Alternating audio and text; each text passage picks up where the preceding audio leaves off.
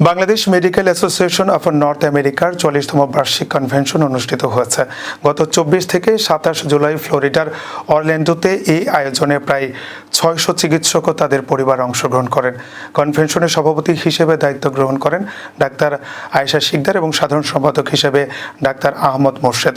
বিশিষ্ট অতিথিদের মধ্যে ছিলেন প্রতিষ্ঠাতার সভাপতি ডাক্তার শাফিউল হাসান, স্বাধীনতা পুরস্কারপ্রাপ্ত জাতীয় অধ্যাপক ডাক্তার AK আজাদ খান ও যুক্তরাজ্যের বাংলাদেশ মেডিকেল সোসাইটির সভাপতি ডাক্তার রফিকুল হাসান জিন্নাহ।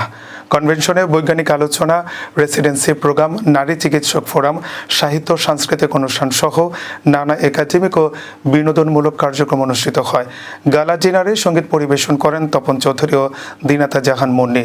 নবনির্বাচিত কার্যনির্বাহী কমিটিতে রয়েছেন সহসভাপতি ডাক্তার ইউসুফ আল মামুন, কোষাধ্যক্ষ ডাক্তার আদিবা আঞ্জুম গীতি, বৈজ্ঞানিক সম্পাদক ডাক্তার শাকিব হাসান সহ অন্যান্য সদস্যরা। পুরস্কারপ্রাপ্তদের মধ্যে লাইফটাইম অ্যাচিভমেন্ট পান ডাক্তার রিয়াজা চৌধুরী, হিউম্যানিটারিয়ান অ্যাওয়ার্ড পান ডাক্তার ওয়াসিম হাফিজ ও ডাক্তার মোহাম্মদ নজরুল ইসলাম। পরবর্তী ৪৫তম কনভেনশন ২০২৬ সালে ইউতাহর সল্ট লেক সিটিতে অনুষ্ঠিত হবে।